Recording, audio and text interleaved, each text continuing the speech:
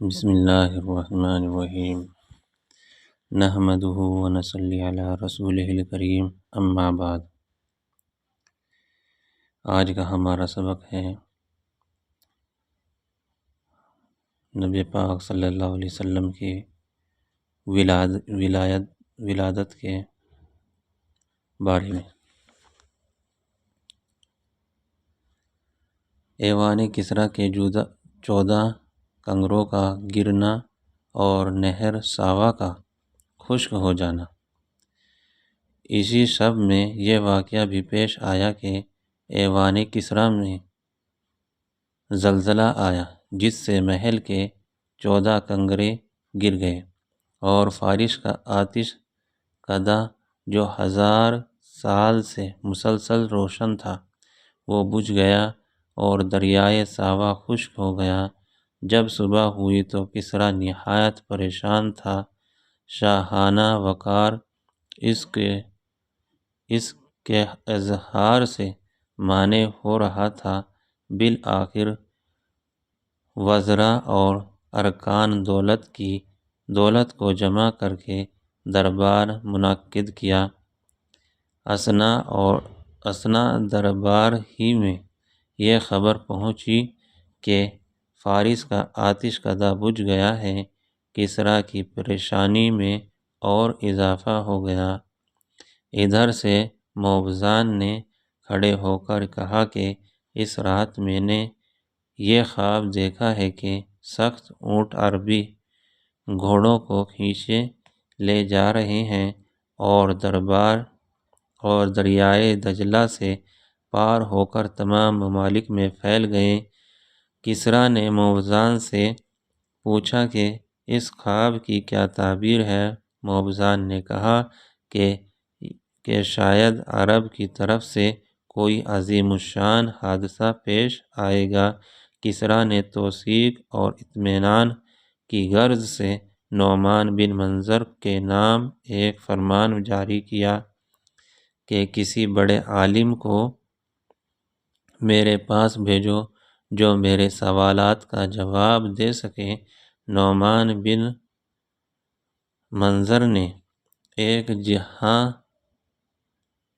جہایدہ عالم عبدالمسیح غسانی کو روانہ کر دیا۔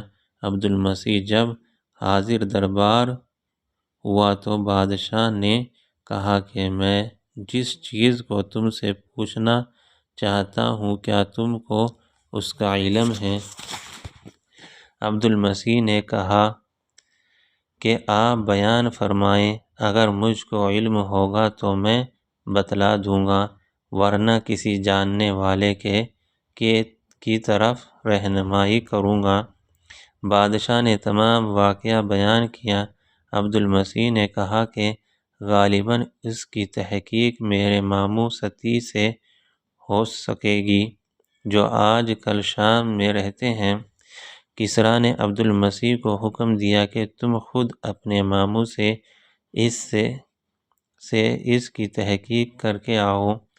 عبدالمسیح اپنے ماموں ستی کے پاس پہنچا تو ستی اس وقت نزع کی حالت میں تھا مگر ہوش ابھی باقی تھا۔ عبدالمسیح نے جا کر سلام کیا اور کچھ اشعار پڑھے۔ ستی نے جب عبدالمسیح کو اشعار پڑھتے سنا تو عبدالمسیح کی طرف متوجہ ہوا اور یہ کہا کہ عبدالمسیح تیز اونٹ پر سوار ہو کر ستی کے پاس پہنچا جبکہ وہ مرنے کے قریب ہے۔ تجھ کو بنی ساسان کے بادشاہ نے محل کے زلزلے اور آتش کدہ کے بجھ جانے اور موبزان کے خواب کی وجہ سے بھیجا ہے کہ سخت اور قوی اونٹ عربی گھوڑوں کو کھینچے لے جا رہے ہیں اور دجلہ سے پار ہو کر تمام بلاد میں پھیل گئے ہیں۔ اے عبدالمسیح خوب سن لے، جب کلام الہی کی تلاوت کثرت سے ہونے لگے اور صاحب عصا ظاہر ہو اور وادی سماوا رواں ہو جائے اور دریائے ساوا خشک ہو جائے اور فارس کی آگ بجھ جائے تو ستی کے لیے شام نہ رہے گا۔ بنی ساسان کے چند مرد اور چند عورتیں بقدر کنگروں کے بادشاہت کریں گے، اور جوشیں آنے والی ہیں وہ گویا کہ آ ہی گئی۔ یہ کہتے ہی ستی مر گیا۔ عبد المسیح واپس آیا اور کسریٰ سے یہ تمام ماجرا بیان کیا۔ کسریٰ نے سن کر یہ کہا کہ 14 سلطنتوں کے گزرنے کے لیے ایک زمانہ چاہیے، مگر زمانے کو گزرتے کیا دیر لگتی ہے؟ 10 سلطنتیں تو 4 ہی سال میں ختم ہو گئی، اور باقی 4 سلطنتیں حضرت عثمان غنی رضی اللہ تعالیٰ عنہ کے زمانے خلافت تک ختم ہوئی۔ حافظ ابن سید الناس نے اس واقعے کو ایوان الاثر میں اپنی طویل سند کے ساتھ ذکر کیا ہے۔ سند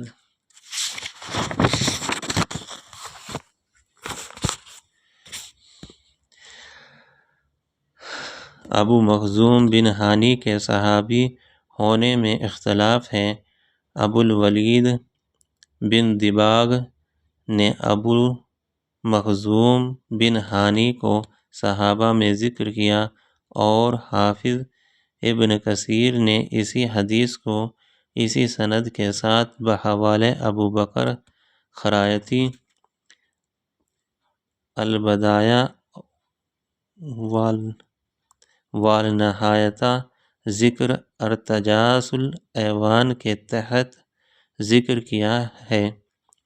اور دیکھو خصائص کبر السیوطی۔ علاوہ ازیں یہ روایت ایک اور سند سے بھی مروی ہے جس کے تمام راوی ثقہ ہیں۔ حافظ عسقلانی اس روایت کو نقل کرکے فرماتے ہیں کہ یہ روایت مرسل ہے، اور ابن ابی شیبہ نے بشیر بن یتیم کو صحابہ میں شمار کیا۔ اس سند کا پہلا راوی سعید بن مزاحم ہے، جس سے ابو داؤد اور نسائی نے روایت لی ہے۔ دوسرا راوی معروف بن خربوز ہے، جس سے بخاری و مسلم و ابو داؤد وغیرہ ہم نے روایت لی ہے۔ امام بخاری نے معروف بن خربوز کی روایت ابی طفیل عامر بن واصلہ رضی اللہ تعالیٰ عنہ سے اپنی جامع صحیح میں درج فرمائی۔ صحابہ میں سب سے اخیر میں ابو طفیل رضی اللہ عنہ نے 100 ہجری میں مکہ مکرمہ میں وفات پائی۔ معروف بن خربوز مکہ مکرمہ کے رہنے والے تابعی صغیر ہیں۔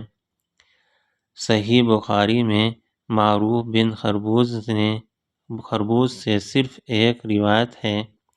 الحاصل یہ روایت اگرچہ مرسل ہے مگر سند اس کی صحیح ہے، اور حدیث مرسل امام اعظم ابو حنیفہ نعمان، امام مالک اور امام احمد بن حنبل رحمہ اللہ کے مشہور قول کی بنا پر حجت اور معتبر ہیں، جیسا کہ اصول حدیث کی کتابوں میں مصرح ہے۔ حافظ عسقلانی نے اس حدیث کو اصابہ میں مرسل فرمایا، اور شرح بخاری میں اس روایت کو ذکر کرکے سکوت فرمایا، جس سے معلوم ہوتا ہے کہ حافظ کے نزدیک یہ حدیث کم از کم موضوع اور بے اصل تو نہیں۔ حافظ عسقلانی کا شرح بخاری میں کسی حدیث پر سکوت فرمانا علماء کے نزدیک یہ اس حدیث کے صحیح اور حسن ہونے کی دلیل ہے، جیسا کہ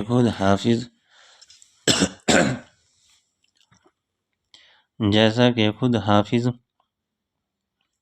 عسقلانی نے مقدمہ فتح الباری میں اس کی تصریح کی ہے۔ علامہ شبلی سیرت النبی جلد 1 صفحہ 39 پر لکھتے ہیں، جس قدر تحقیق اور تنقید کا درجہ بڑھتا جاتا ہے، مبالغہ آمیز روایتیں گھٹتی جاتی ہیں۔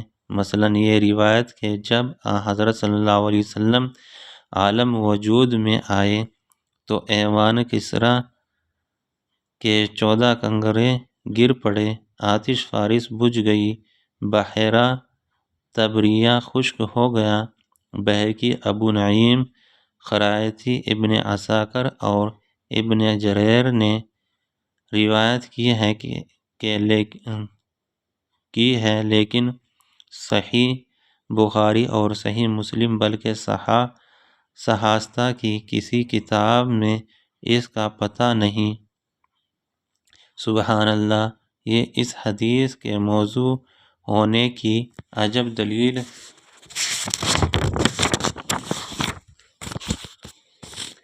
ہے۔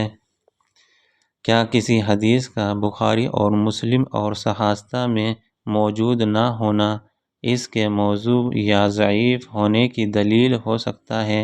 امام بخاری اور امام مسلم رحمۃ اللہ علیہما نے مثلاً بلا شک صحیح حدیثوں کے لانے کا التزام کیا، مگر استیعاب اور احاطہ نہیں کیا، اور کون کر سکتا ہے؟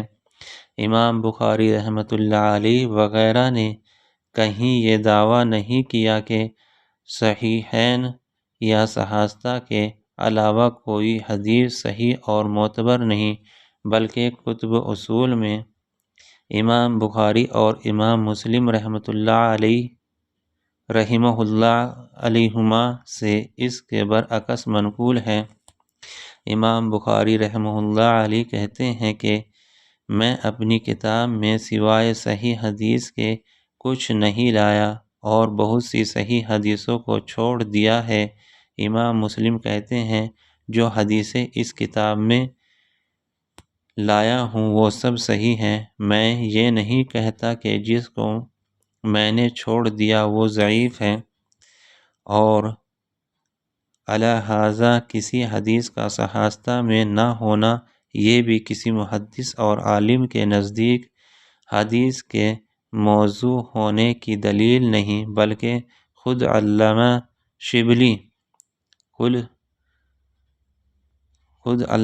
شبلی نے اپنی سیرت میں بارہا ایسی روایتیں لی ہیں کہ جو نہ صحیح بخاری میں ہیں اور نہ صحیح مسلم میں ہیں اور نہ صحاستہ کی کسی کتاب میں ان کا پتہ ہے۔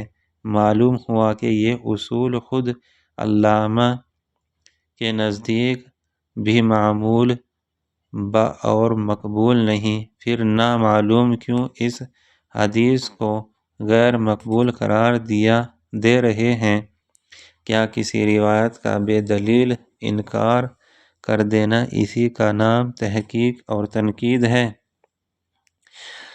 طبرانی اور ابو نعیم اور ابن عساکر نے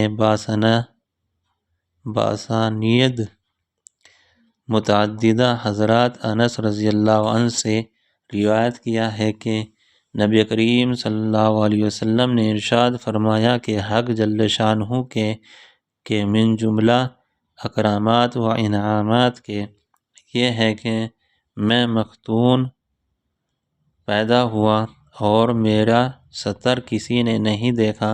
حافظ ضیاء الدین مقدسی نے مختارہ میں اس حدیث کو صحیح فرمایا۔ علامہ زرکشی فرماتے ہیں کہ یہ حدیث حافظ مقدسی کی تصحیح حاکم کے تصحیح سے کہیں اعلیٰ و ارفع ہے، اور حافظ مغلطائی نے اس حدیث کو حسن بتلایا ہے، اور ابو نعیم نے سند جید کے ساتھ ابن عباس سے روایت کیا ہے۔ حضرت عباس رضی اللہ تعالی عنہ فرماتے ہیں کہ نبی کریم صلی اللہ علیہ وسلم مختون اور ناف بریدہ پیدا ہوئے۔ عبد المطلب کو یہ دیکھ کر بہت تعجب ہوا اور یہ کہا کہ البتہ میرے اس بیٹے کی بڑی شان ہوگی، چنانچہ ہوئی۔ یہ روایت طبقات ابن سعد جلد 1 صفحہ 64 قسم اول میں مذکور ہے۔ سند اس کی نہایت قوی ہے۔ اسحاق بن